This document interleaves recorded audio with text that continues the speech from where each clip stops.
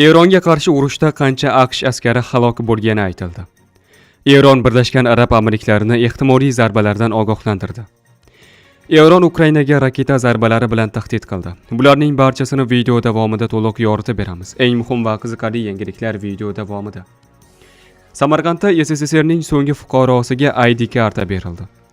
AQSh 90 dan ortiq Eron harbiy obyektlariga zarba berdi. Eronga hujum oqibatida halok bo'lgan ayollar va bolalar 400 dan oshdi. Aziz do'stlar, quyida shu haqda videoga like bosing va izohlarda fikrlaringizni yozib qoldiring. Ramazon oyida nega vitronik mahsulotini iste'mol qilish kerak? Chunki organizm tozalanish mobaynida vitronik mahsuloti ta'sirlari boshqa oyga nisbatan kuchliroq va tezroq bo'ladi. Prostatadagi yallig'lanish, achishish, og'riq, peshobga tez-tez qatnash va jinsiy zaiflikni samarali davolaydi. Bizning nomimizdan qo'ng'iroq qiling va 30% chegirmalarga ega bo'ling. Mahsulotni yetkazib berish O'zbekiston bo'ylab mutlaqo bepul. AQSh va Isroilning Eronga qarshi operatsiyasi boshlanganidan beri Yaqin Sharqda kamida 13 nafar amerikalik harbiy halok bo'lgan. Bu haqda amerikalik mulozimga tayinib The Wall Street Journal nashri xabar berdi. Nashrning yozishicha, 10 nafar harbiy xizmatchi og'ir yaralangan. Yana 200 ga yaqin yengil jarohat olgan bo'lib, ulardan 170 nafari allaqachon xizmatga qaytgan. Bungacha Fransiya prezidenti Emmanuel Macron Iroq Kurdistonining Erbil shahri yaqinidagi harbiy bazaga Eron tomonidan uyushtirilgan hujum paytida bir nafar fransuz harbiysi halok bo'lganini ham ma'lum qilgan. Shuningdek, 8-mart kuni Isroil ham Livan janubida 2 nafar askari halok bo'lganini xabar qildi. Isroil mudofaa kuchlari ma'lumotlariga ko'ra, bular Hizbulloh bilan jangovar harakatlar qayta tiklanganidan beri harbiylar orasidagi ilk qurbonlardir. AQSh Harg va Abu Muso orollariga hujum qilganidan so'ng Eron Birlashgan Arab Amirliklari hududidagi Amerika nishonlariga zarba berilishi mumkinligi haqida ogohlantirdi. Bu haqda Tasnim xabar berdi. Eron harbiy qo'mondonligining Xatam al-Anbiya markaziy shtabi rasmiy vakili Ibrohim Zulfxoriyning so'zlariga ko'ra, Amerika kuchlari Eronning Abu Muso oroliga va Harg orolining bir qismiga raketa zarbalari bergan. Biz Birlashgan Arab Amirliklari rahbariyatiga shuni ma'lum qilamizki, Eron o'z suvereniteti va hududlarini himoya qilish uchun Amerika raketalari uchirilayotgan dengiz portlariga, shuningdek, Birlashgan Arab Amirliklarining qator shaharlarida Amerika harbiylari joylashgan va yashiringan manzillarga zarba berishni o'zining qonuniy huquqi deb hisoblaydi, deyiladi hisobotda. Shuningdek, u Birlashgan Arab Amirliklari aholisini potensial talofatlardan saqlanish uchun portlar va Amerika harbiylari bo'lishi mumkin bo'lgan joylarni tark etishga chaqirdi. Eron agar Ukraina Isroilga harbiy yordam ko'rsatishni, xususan dronlar yetkazib berishni davom ettirsa, ushbu mamlakatga raketa zarbalari berishni boshlaydi. Bu haqda Eron parlamenti Milliy xavfsizlik komissiyasi raisi Ibrohim Aziziy o'zining X ijtimoiy tarmog'idagi sahifasida ma'lum qildi. Isroil rejimini dronlar bilan qo'llab-quvvatlayotgan va propagandalikka yuz tutgan Ukraina amalda urushga aralashib qoldi. Birlashgan Millatlar Tashkiloti nizomining 51-moddasiga muvofiq, u o'zining butun hududini Eron uchun qonuniy nishonga aylantirdi, deb yozdi u. Ukraina haqiqatan ham Yaqin Sharq mamlakatlari bilan Eron dronlariga qarshi kurashish sohasida hamkorlikni faollashtirgan. Joriy yilning 8-mart kuni Ukraina prezidenti Zelenskiy ukrainalik ekspertlar Amerika bazalarini himoya qilish uchun tutuvchi dronlar bilan birga Iordaniyaga yuborilganini ma'lum qilgan.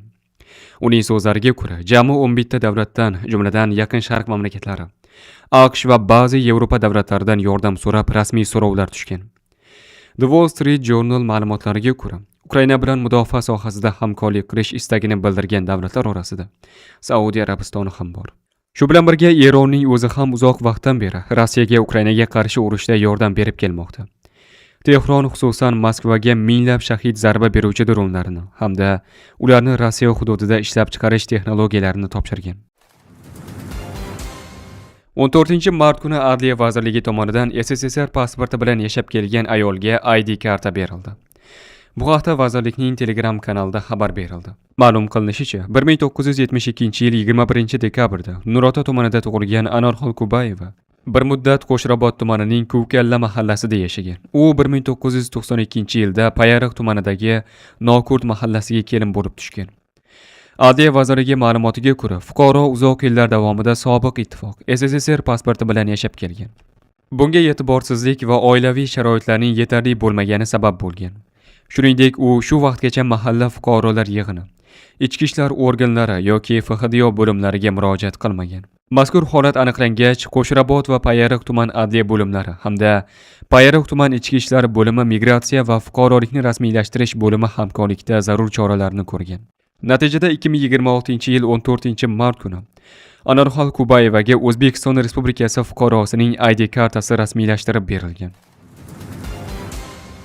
13-mart kuni kechqurun AQSh harbiy kuchlari Eronning Fors ko'rfazidagi Hark oroliga keng ko'lamli zarbalar berdi. Bu haqda Al Arabiya xabar berdi. AQSh markaziy qo'mondonligining, ya'ni CENTCOM bayonotiga ko'ra, operatsiya davomida oroldagi 90 dan ortiq Eron harbiy nishonlari yo'q qilingan. Zarba berishda harbiy obyektlar nishonga olingan bo'lib, neft infratuzilmasiga zarar yetkazilmagan.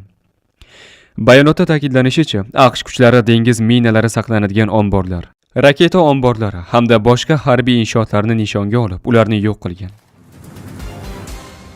AQSh va Isroilning Eronga bergan zarbalari oqibatida 400 nafardan ortiq ayol va 18 yoshga to'lmagan shaxslar qurbon bo'lgan. Bu haqda Eron Sog'liqni saqlash vazirligi xabar berdi. Halok bo'lgan ayollar soni 223 nafar, 18 yoshga to'lmaganlar 202 nafar, 5 yoshga to'lmagan bolalar esa 12 nafarni tashkil etmoqda, deyiladi xabarda.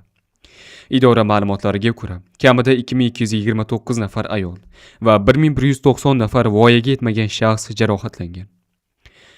Shuningdek, vazirlik sog'liqni saqlash sohasining 16 nafar xodimi halok bo'lgani, 32 ta tez yordam mashinasi hamda 152 ta tibbiyot markazi shikastlangani, 6 tasi esa evakuatsiya qilingani haqida xabarlar berildi. Eronning BMTdagi doimiy vakili Amir Said Iravoniyning so'zlariga ko'ra, hujum qurbonlarining umumiy soni 1300 dan oshgan. Biroq bu ma'lumotlar 7-martdan beri yangilanmagan. 10-mart holatiga ko'ra, Eronda jarohatlanganlar soni 15 ming kishidan ortiqni tashkil etgan.